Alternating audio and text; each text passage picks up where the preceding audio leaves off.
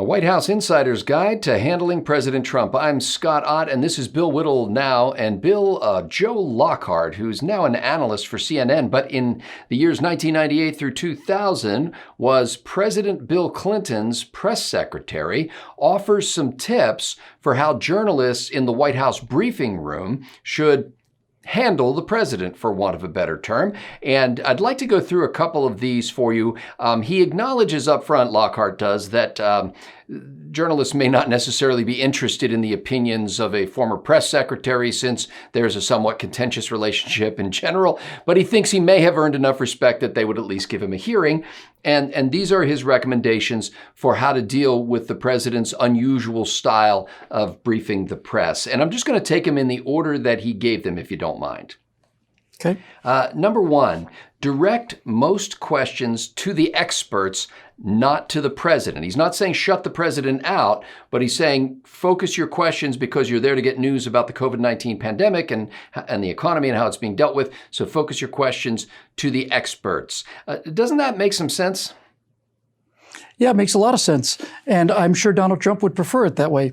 By the way, just before we go any further, I just have to get this in. It's not a big deal, really. But I don't think that the press handles Donald Trump so much as Donald Trump handles this press. And what I've seen, especially with this business about just plain bald-faced lies about the president telling people to inject themselves with Lysol and all the rest of it, I'd be happy to deal with the advice one at a time. But this is not the press that it was in the final days of Bill Clinton, the final years of Bill Clinton. This is not a press in any common understanding of what the term free press means. This is an inquisition. And I just wanted to get that said before we start talking about the rest of these topics as if it was a free press. And I think you do have some common ground with former press secretary Lockhart, because he's basically, the whole reason for his column is he thinks that Donald Trump is handling the press. And he thinks that the press should do a better job as professional journalists in being able to actually get the information that's needed to get to the American public about this situation. So again, the most direct, or they should direct most of their questions to the experts. Do you have any problem with that at all? None.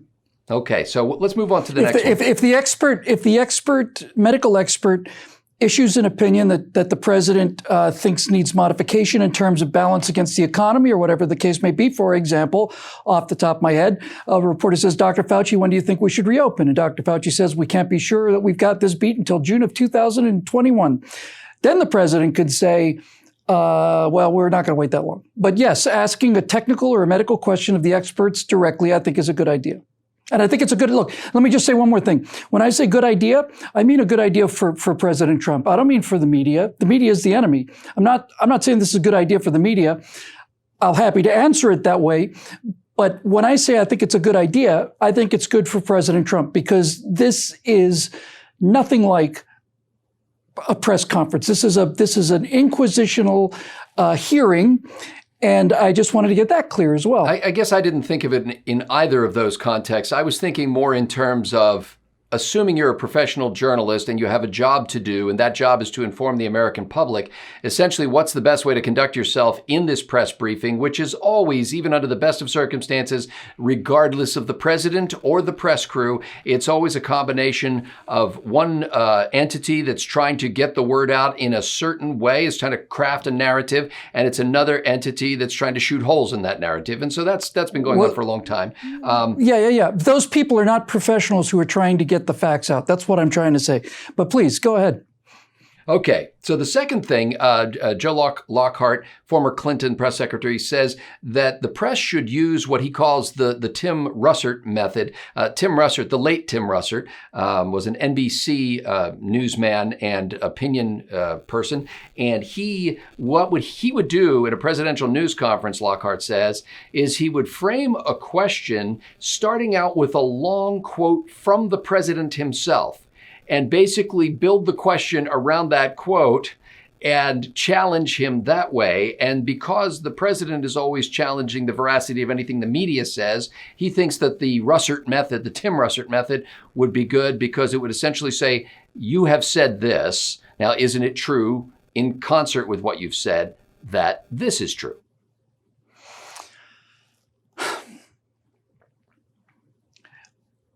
despite how one-sided it is it is important that somebody is asking tough questions of the President of the United States, no matter what party he's of. Just because they only ask tough questions of Republicans doesn't mean that they shouldn't be asking tough questions of Republicans. Otherwise, we get into the same kind of ethical stew that the Democrats are in. So asking the president tough questions is important, and pointing out where the president has contradicted himself is the kind of strategy that you would expect a news professional to follow, and I don't have any problem with that strategy. However, in the case of the coronavirus briefings, this is more likely than anything to be a gotcha trap, because the information has been changing so quickly. The models have been changing, data are changing, infection rates are changing, all of it's changing. And so for them to apply that particular strategy at this point sounds to me more of this kind of prosecuting the case. Well, you said 3 weeks ago this, and now you're saying this. And so in a world where we're not talking about a fast changing pandemic where no one's really been before, I think that's a reasonable and fair strategy. In the current situation, I think that they can do it if they want to, but I know how they're going to play it. And I've seen them doing this, directly saying, well, you said this, as I said, 3 months ago. Well, that was 3 months ago. We've learned a lot since then. Well, this question, I'm going to refer to this method. Joe Lockhart did not brand this method like he did the Tim Russert method. I'm going to call this method the Velociraptor method, after a scene from the original Jurassic Park movie, because he says number 3 here is that the reporters in the room should work as a group, and if the president or any of his experts dodges a question, that the next reporter up should follow up on that question, or if he says something of interest during that question that requires follow-up, even though the initial questioner doesn't get another shot at it, that the reporters should work as a team and say, just to follow up on Bob's question. Does that seem reasonable, since they have a limited number of questions they actually get to ask? Again, if you're dealing with news professionals, I think that's probably a reasonable strategy. But in the case of what we're seeing now, that's never going to happen. They're never going to work as a group. And the reason they're never going to work as a group is because they don't listen to anything anybody is asking him. They don't go in there to listen to what he has to say. It is so clear from the press conferences that we've seen that each individual reporter goes in there with his own pet question, and the follow-up and the back and forth in terms of what the president is trying to say as a narrative. I haven't seen any evidence of that during these coronavirus briefings. All I've seen is somebody try to bring the sharpest dagger they've got, stab away with it as much as they can, and then when that's done, the next person from the press speaks, and that person is not listening to the answer that the president just gave, most of the time anyway. That person's got his particular weapon up his sleeve, and he's been waiting to deploy it with hand eagerly raised. So to suggest that reporters should work together is to suggest that they're listening to the answers that the president gives in real time. And I don't see that is what is happening at all. It's not like they're coming to this thing, listening to the president, and then asking questions. They're coming in with their questions, and they don't particularly care what the answer was to the previous question, because it's got nothing to do with their elaborate trap or embarrassment or whatever it is they're trying to pull off. I know what a press conference looks like, and I know what a question and answer session looks like. And this isn't one of those, and it hasn't been for quite a long time now. What you just described there almost sounds like a snapshot. I mean, this conversation, I'm sure, is had back when we used to be able to get together face to face in places. This conversation is had by marriage counselors across the country who have this discussion with husbands and wives and say, now, it seems to me that in this conversation, you were just waiting for her mouth to get done moving so that you could say what you had predetermined to say already. You weren't listening to her at all. And isn't that just that's right? No, that's how humans relate to each other. We're very selfish. We want to get our question in, and we really don't care about anybody else. No, that's not how humans relate. I don't relate to my wife that way, and you don't relate to your wife that way. That's how dysfunctional humans relate to each other. That's how dysfunctional humans relate to each other. And it's interesting that you brought up the question, the example of a divorced couple, because generally speaking, when you get that kind of, well, that's what you just outlined, that's what you get from somebody who has developed a burning hatred for the other party. And that's That's the situation you're describing. When you talk about a bitter divorce couple and how they speak, there's a burning intense hatred between those two parties. And there's a burning intense hatred between the press and the president. And it's not it's not the press's job to hate the president, and it's not the job of the press to either to set him up or to do anything other than to make sure that he's telling the truth and answering the questions in a reasonable fashion. But that's not what we're seeing. We're seeing people making their case. I'm sorry, I can't go back to this. I can't say that I'm seeing something that I'm not, and I'm not seeing people listening to questions. But when you say that that's how people communicate, that's not how people communicate. That's not how civil people communicate, and that's not how the press communicated with Donald Trump. I'm sorry, this hostility towards Trump and towards Bush has been there. When Obama or Clinton is president, it's all purring and tongue baths. The fourth point on Joe Lockhart's list of how to handle Trump in a press briefing, advice to journalists, is have a medical expert in the journalistic pool in the room. Basically, he says that when he was the president's press secretary, he always got a little nervous when this one particular guy showed up in the room because he knew that guy knew more about the healthcare, for example, than he did. And he knew he had to really be on his toes because when that guy asked a question, he wasn't going to be able to take an evasive answer. He understood the context of it. And so he's saying here that if you ask a question to Dr. Fauci, if only to get additional credibility and respect, if it came from Dr. Sanjay Gupta rather than just, Joe Reporter, it would have more weight and perhaps be more effective at getting better information. Well, is Sanjay Gupta a doctor or is he a reporter? I think he's a doctor reporter. Well, that means he's probably not good at either one of these occupations. But the advice given is the advice saying basically, bring a doctor with you. Either have that be the reporter or have one with you. And again, what do you need a doctor for? What do you need an advocate for if your job is to go in and record what the president is saying and ask him questions? What you're describing, what Lockhart is describing is bring an expert witness for the prosecution. That's what they're describing. That's not the process. That's not what the job of the press is. The job of the press is not to try the president at every single press conference. That's not their job. Their job is to solicit information about the top level of the federal response to this virus in these particular cases, and to come in there with an advocate or an expert does nothing more than prove my point that this is not a press conference at all. It's a trial. I don't think he meant it in terms of trying to, put him on trial. And by the way, I just checked. Sanjay Gupta is apparently a neurosurgeon, is the associate chief of neurosurgery at a hospital in Atlanta, and also associate professor of neurosurgery at Emory University School of Medicine, in addition to his work with CNN.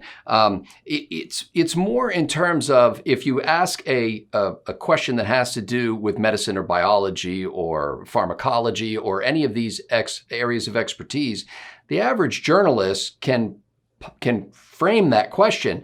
But once the answer comes back from somebody like a Dr. Fauci or a Dr. Birx, they're out of their depth. And wouldn't it make sense to have somebody in there who could say, here's what he's saying, or I understand what you're saying, I'd like to follow up, that kind of thing. Again, what is the assumption there?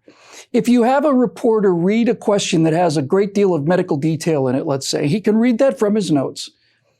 And then if Dr. Fauci or anybody else who he's questioning comes back with an answer that the reporter doesn't understand, then the reporter, now hold on, I hope you're sitting down, the reporter needs to report on what the reply to his question was. And later, if it turns out that seems to be inaccurate, then at the next conference, you can ask him another specific question about all of this. But to say that reporters have, to say the reporters have to have a knowledge of the medical aspects of this or the scientific aspects of this is asking a lot of the average citizen. It's well beyond the ability of reporters. Well, he's just saying have one in the room. He's not saying every reporter needs to be a medical doctor. So do we put this guy in the center of the room and give him one of those long beaked plague noses, and then every time Dr. Fauci replies to a doctor's question, he either nods or shakes his head? Is that what we're talking about doing now? I keep coming back to this because it shows you how inverted this process is. The job of the press is not to push information, it's to receive information. And that's not what these things are about. Their job is to receive information. If it turns out that information is incorrect, then you can ask a follow-up question about why this information appears to be incorrect next time. Or if you happen to have that information in front of you, I suppose you could ask a follow-up. But these are people who can't spell names right. These are people who, if you have ever had any relationship with the news on a result of a story that you know something about, you will never be ever listening to these people again in terms of the amount of sheer errors that they commit. So again, Bill, I'm wondering if this isn't just a purely political thing on your part, because I was just thinking if Elon Musk of SpaceX were having a news conference, I don't think you'd have an objection to the media having at least one person in the room who was an actual rocket scientist who could call BS on Musk if he's saying something that doesn't sound reasonable. Of course I would have an objection to that. Of course I would have an objection to that. That's not the press's job. The job of the press is to ask Elon Musk questions. It's not to bring witnesses to see whether he's telling the truth or not. The job of the press is to ask the questions. If the person is caught spreading something that doesn't appear to be true, then the question is the person lying or is he misinformed? That's something you talk about back in the newsroom. And then if it turns out that you think the guy's lying, then you can ask him another question, and then you can say, well, you said this and so on. Then you can try to clarify the contradiction. But if you continue to get lies, then you want to go after the guy as a liar, and that is not what happens in press conferences. That's what happens in Watergate investigations. That's what happens when news reporters are actually doing the job of news reporters, which is going out and finding the details of the story. But this is not what's happening at all. At all. And the hydrochloroquine thing is all you need to know about this. Donald Trump said it might be good. And so the entire news media says, no, it's absolutely no effect at all. None. In fact, people are dying. So that's all you need to know. If it turned out that Donald Trump had suggested this and an honest news reporter went and looked at the hydroxychloroquine results that Donald Trump was referencing, they would have seen that there is indeed a great deal to indicate that it's working. And then a proper reporter would say, while there is a great deal of evidence indicating that this is effective, we should point out that it has not undergone rigid scientific trials at this point. That's an honest answer of the news, but that's not what happened. And so, again, to say that they should be doing this is great. If they were reporters, I think that would be an excellent idea, but they're not reporters, and they haven't been for a long time. We have two more items from former White House Press Secretary Joe Lockhart. Number 5 on his list is don't let the president interrupt your question and say something like, Mr. President, I'd appreciate if you'd let me finish asking before you answer. If he continues to interrupt you, then Lockhart says he'll look rude. That's not going to go well for him in the polls because people don't like rude people, even if they're generally supportive of his policies. And then Lockhart follows up and he says, look, if the president still is interrupting you and doesn't want to deal with your question, then they go back to what I called the Velociraptor strategy, which is the media teams up and the next person up says, let me just repeat the question that you were asked and didn't answer because you interrupted the reporter. Basically saying, right now is a time when you can do that. He said previously nobody in the media would do that because with a packed press room, you may only get one question, you may get no questions, and nobody wanted to waste their one shot at a question repeating somebody else's question. But he said now, because they've spread the reporters out and there are only a handful of them in the room and you get multiple shots at it, it would be a good time to make sure that to kind of break the president of his habit of interrupting reporters. Well, this is one case where I can agree pretty much wholeheartedly with him on this, both in terms of what the press could be doing, should be doing, and what would be appropriate at a coronavirus press conference. Yes, the president should not interrupt a reporter while he's asking a question. But if the reporter is making a statement or making a case, then it's not only appropriate to interrupt them, it's required.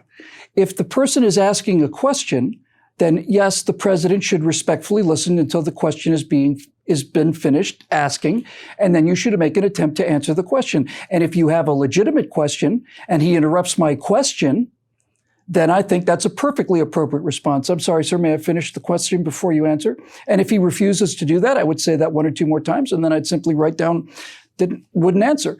And that looks bad, and rightfully so. But when you talk about Donald Trump interrupting reporters, my experience watching this has been not that he's interrupting questions, but he's interrupting statements. And that's appropriate for the president to be doing, because this isn't a press statement rally.